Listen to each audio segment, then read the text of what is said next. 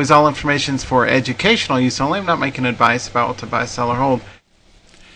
Hi traders, I'm Ken Calhoun coming at you live from the great state of Colorado here in the Wild West in the US of A. Welcome aboard.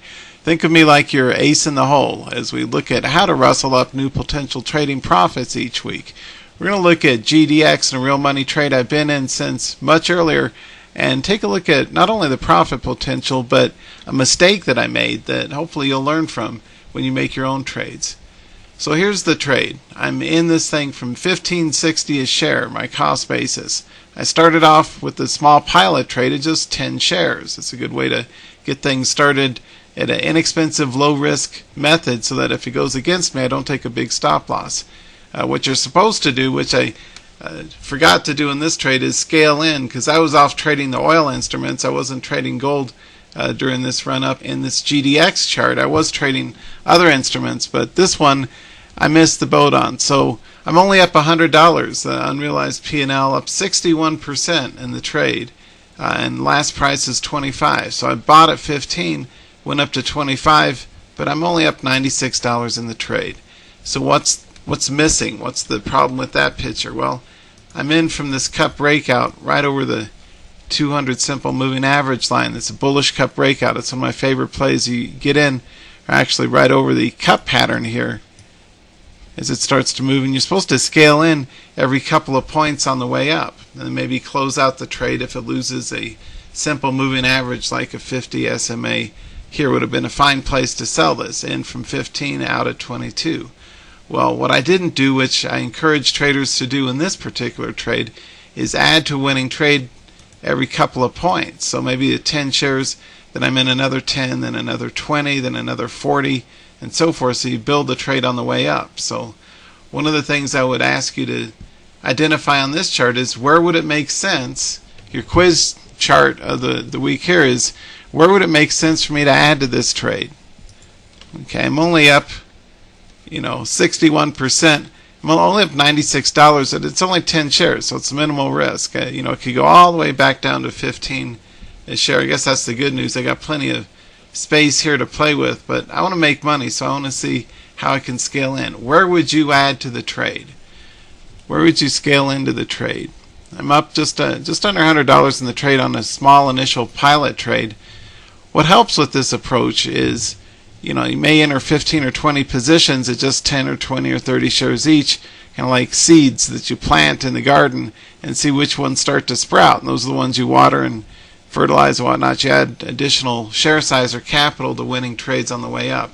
But that's a really important scaling or position sizing or additive professional trading approach. It's a good intelligent way to make the most of your trades. All trades should be entered with the underlying goal of adding to the winning trade once it's proven itself and it's starting to make some money for you. So, it got on my radar because it's up almost $100. So finally came up out of the Badlands or a low P&L and started to make some money for me.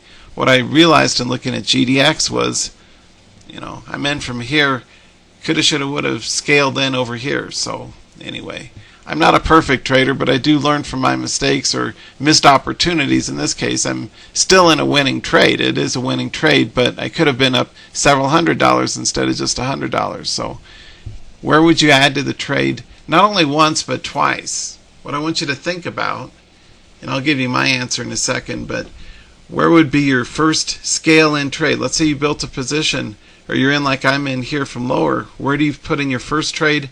Where would you put in your second trade? And a good rule of thumb is I usually add 30 cents or so to the new high, 30 to 50 cents to a new high, usually 50 cents to the new high on a swing trading chart, and I'll scale in every 2 points or so. So the high is, say, 26.30 or so.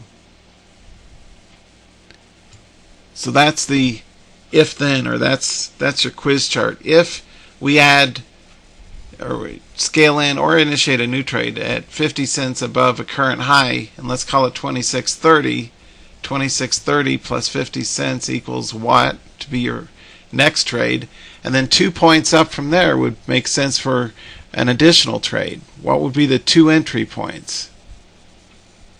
Give you a few seconds to ponder that. I reckon one of the things that you'll find as a professional trader is you're not going to hit home runs all the time. You do a lot of base hits that add up, and your goal is just to be on the right side of trades with small trades on the front end to minimize your potential stop loss cost, and then scale into the ones that work out. And the other ones you get out at break even or small stops, and that's how you make it as a trader.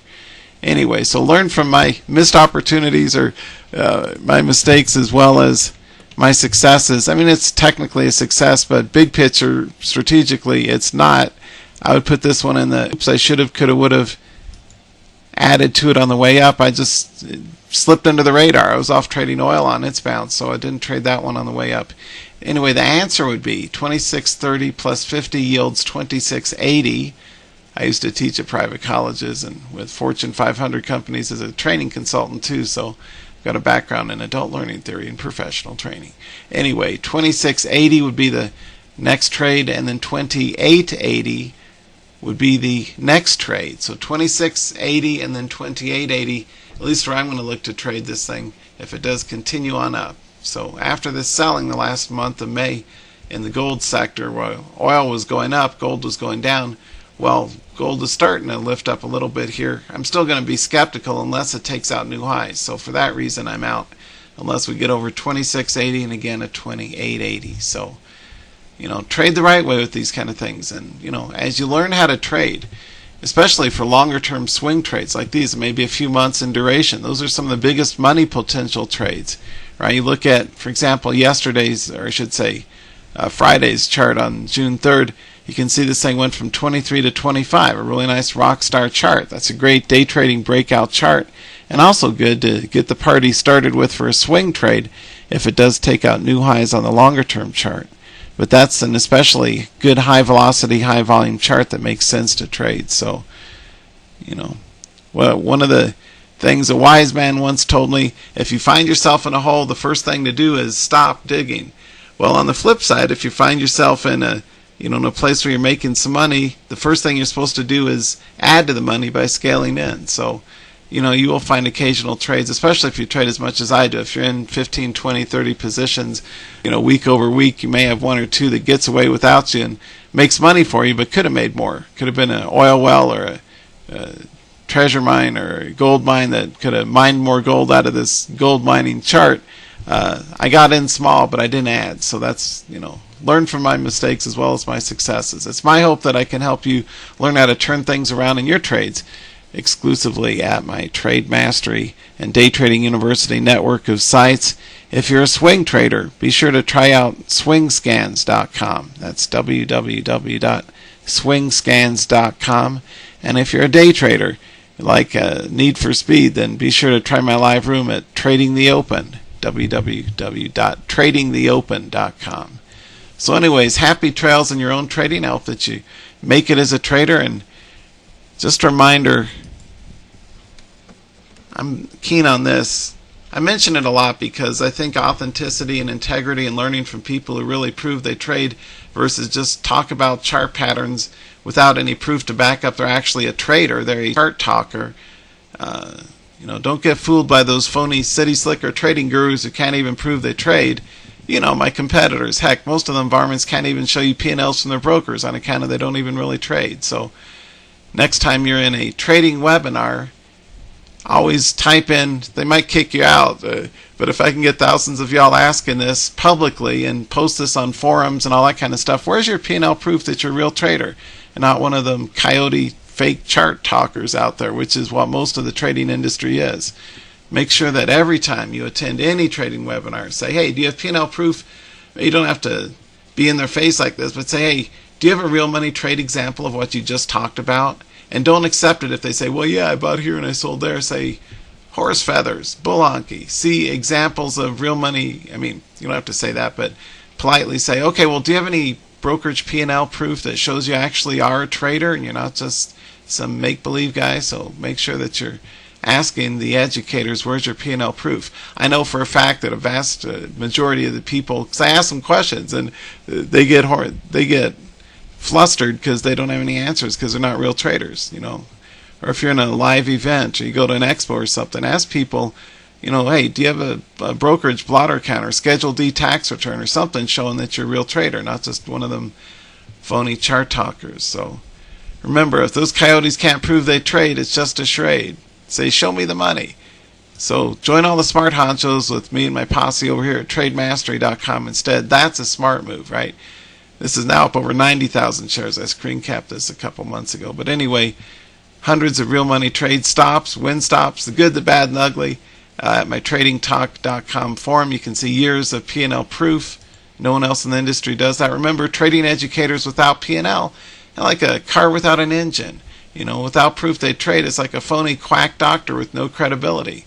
And I don't know about you, but I don't want to trust my financial future or my trading education to those phony varmints who don't even prove they trade. So make sure you are learning from those few of us in the industry that are actual real money traders, and I think that'll help you significantly gain an edge over all the other traders out there who are being misled by the legions of phony, look at this red arrow, green arrow. I said to go long here, and then I sold here, and I made a fortune, and so did all my traders, without any proof. Unfortunately, it's an unregulated industry like the Wild West, so the best thing you can do to protect yourself is make sure you're asking for proof elements, like video testimonials, like I have all over my sites, from traders that come to my live seminars, or P&L proofs.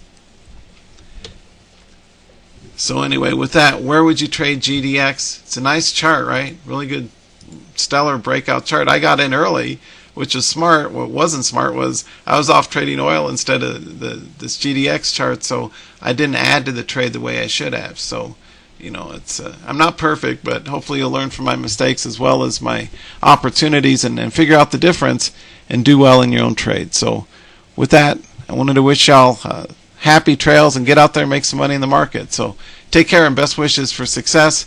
Be sure to, at a minimum, do the low-cost trial memberships at swingscans.com and or tradingtheopen.com as well, depending on what type of trader you are. If you're a stock swing trader, be sure that you join Swing Scans.